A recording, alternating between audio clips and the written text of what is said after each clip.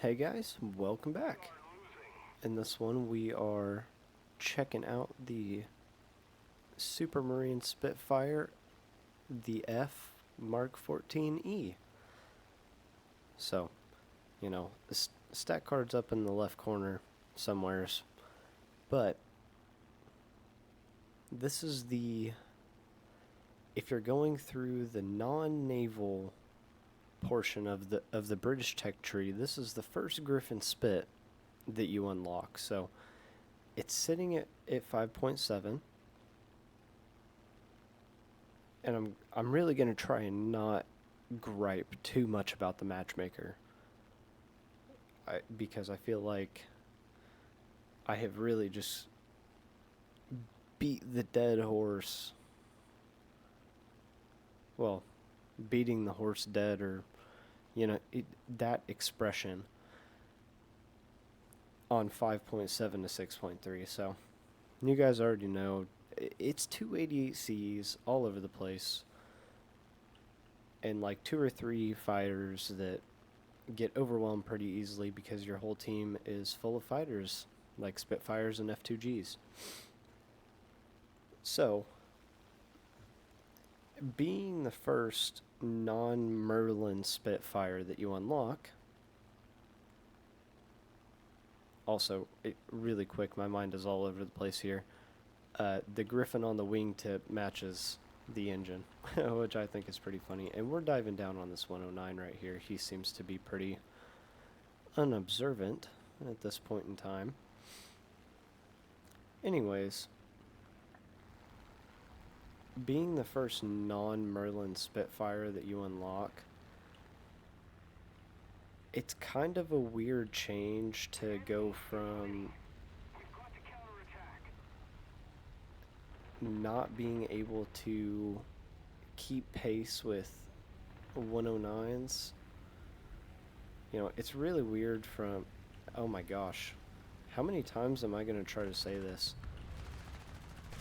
In the Merlins, it's...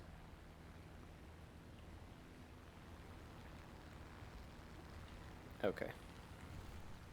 Well, I'm not going to steal it because I'm a nice guy.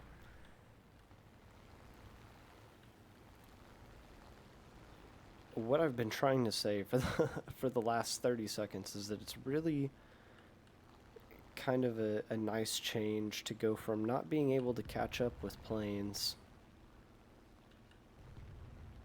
to being able to,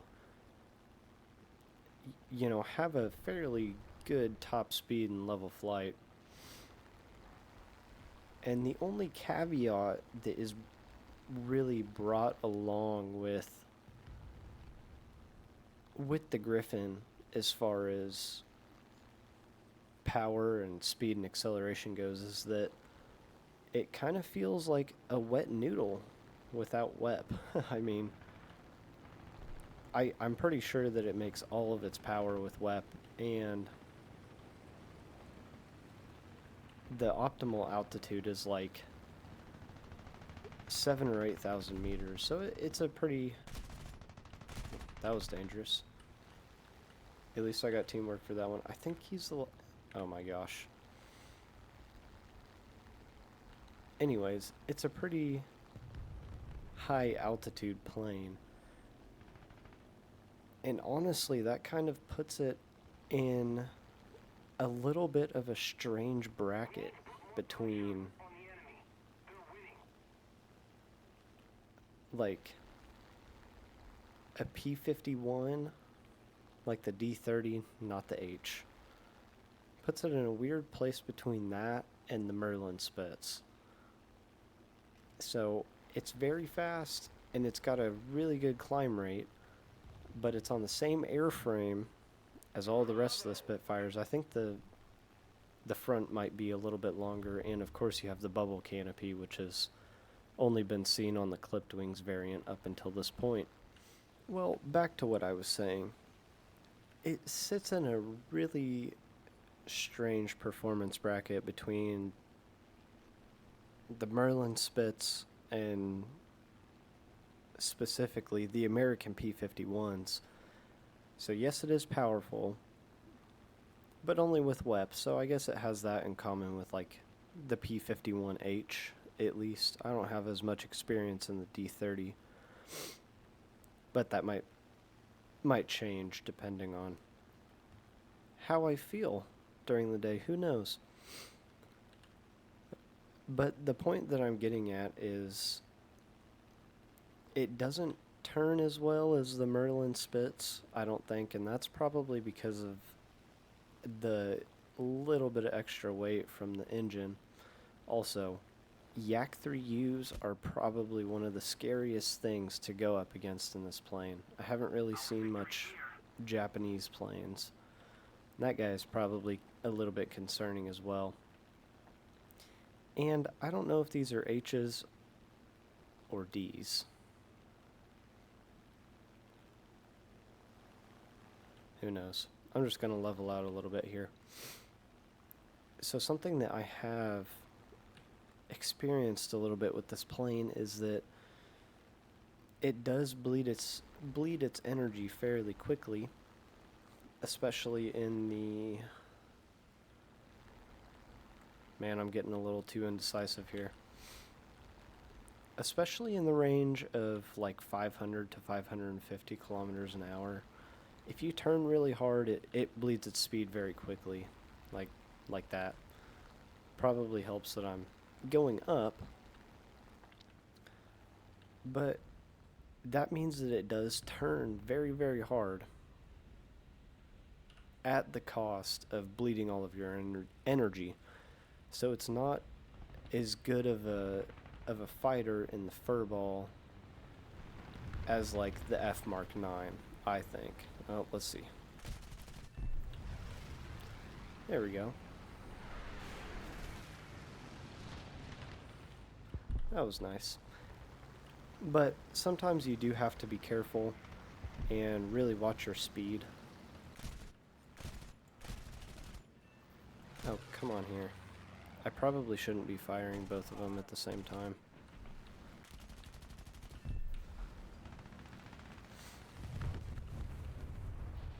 But, gonna... Oh, thank you, P51, you are my savior. I'm Huntsman, shout out to you, man.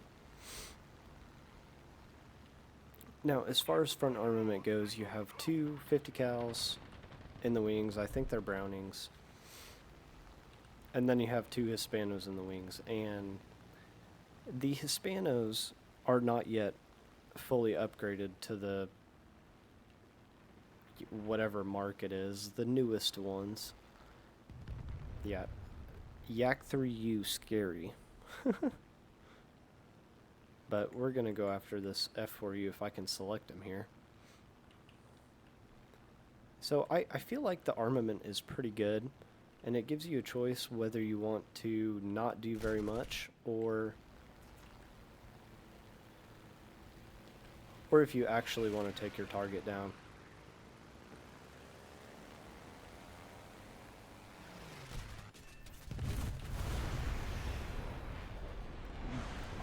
That just took like 110% of my brain power right there, guys, and I hope you know that I have not been having very many good games today. So, that was pretty exciting. And looks like we have an F7F, an F2G left, and a lone Corsair going back to his base, which is what I'm going to do. So hopefully we win this one so that I can get the money from the wagers that I have going on. I'm going to see what happens with that F2G right there. Hopefully he gets hit by AA or something. Now, as far as climbing goes, it is pretty quick, as long as you're in WEP. You know, it will overheat, but usually it's not too terribly bad. Why did that TAW 152 do that to himself? He better. Come on, man. Pop your flaps out. There we go.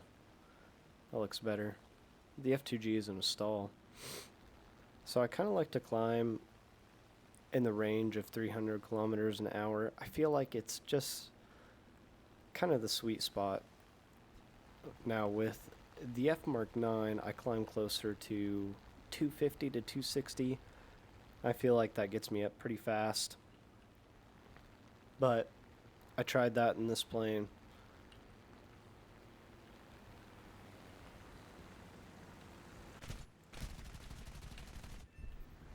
You're taking too long, Ta 152. Get better, man.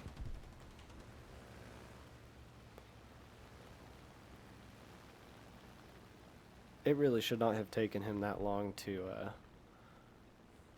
take care of that guy. So we're going to stay out and probably run out of fuel, but that's alright. Maybe we'll be able to help this. Okay, I immediately take back what I said. Oh my gosh, the cat is on my chair. Immediately take back what I said about the, or was going to say about the 288C. I was going to be graceful and try and save him from that 3U, but a little too late there for him. The F7F is casually just playing passively, probably flying to the end of the map, but who knows. J21R, I think that one is a jet, so that's kind of cool to see. This has been a jet match a little bit, not that I've come across any. I wonder if he's RTB. I don't know. Probably.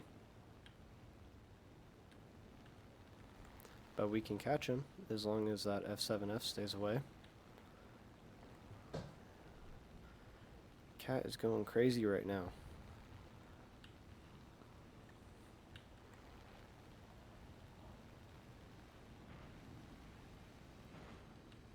The HE162 is like, man, I've played 7 games and I have not got a single kill with this thing. Please let me get the kill. I know that's what's going on in his head because that's what I think every single time that I play it.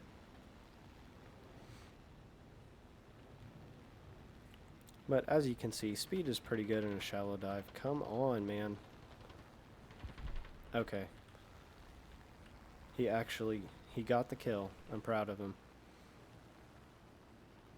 I wonder if that was a 4B or just the 4. It just said 4, but it sounded like he had cannons on it.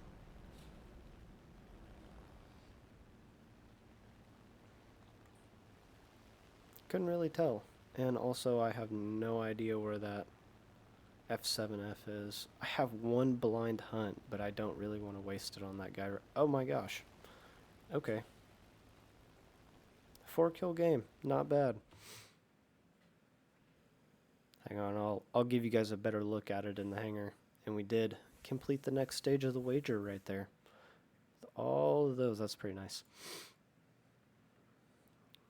Yeah, I didn't even have the better Hispanos in it, so. Hispanos are honestly kind of crap until they're fully upgraded with a wide bullet spread, and they easily overheat. But I did go ahead and get some decent kills in, so we'll hop over to that and do a little bit of oh my gosh, my mind is going blank here. Hang on, it'll come to me. Well, we'll just say we'll have a little bit of fun in games that I could actually concentrate. So I'll see you guys over there. So guys, right after that, the live commentary portion. This is the only game that I ended up playing, and I got 2 kills out of it. The first one was this G55S, and I had a pretty major altitude and energy advantage over him in the first place. But, you know, I came in clutch with my not being able to aim at all. So that really prolonged this little ordeal right here. There's a little turn fight of me just trying to stay on target. But at the start of that clip, you guys might have to go back and rewatch it, but it did show kind of how the energy bleed works on this plane. So in a more easy and shallow turn, you're not really going to bleed that much energy off, but the second that you start turning tighter, it bleeds off pretty quickly. But thankfully, the Mark 14 did keep some, and by the way, boom, he's gone, but it did keep some tendencies from the F Mark 9, so that means it can still turn and stay on an enemy 6 pretty well, and the extra power from the Griffon it just makes the flight performance a lot better, and I think it's more fun to play, and at 5.7, it's really not too bad, besides dealing with the JU-288s. I mean, it's way worse to be on a German team. But also, if you guys were in this match and watching this video, I don't know if that was like a kill steal, but I'm pretty sure his engine was gone, so I'm really not, I'm just putting it in there because, I actually got a kill. So that four kill game probably won't happen again. But we're going to wrap the video up right there, guys. So thanks for watching, and we'll catch you guys in tomorrow's video.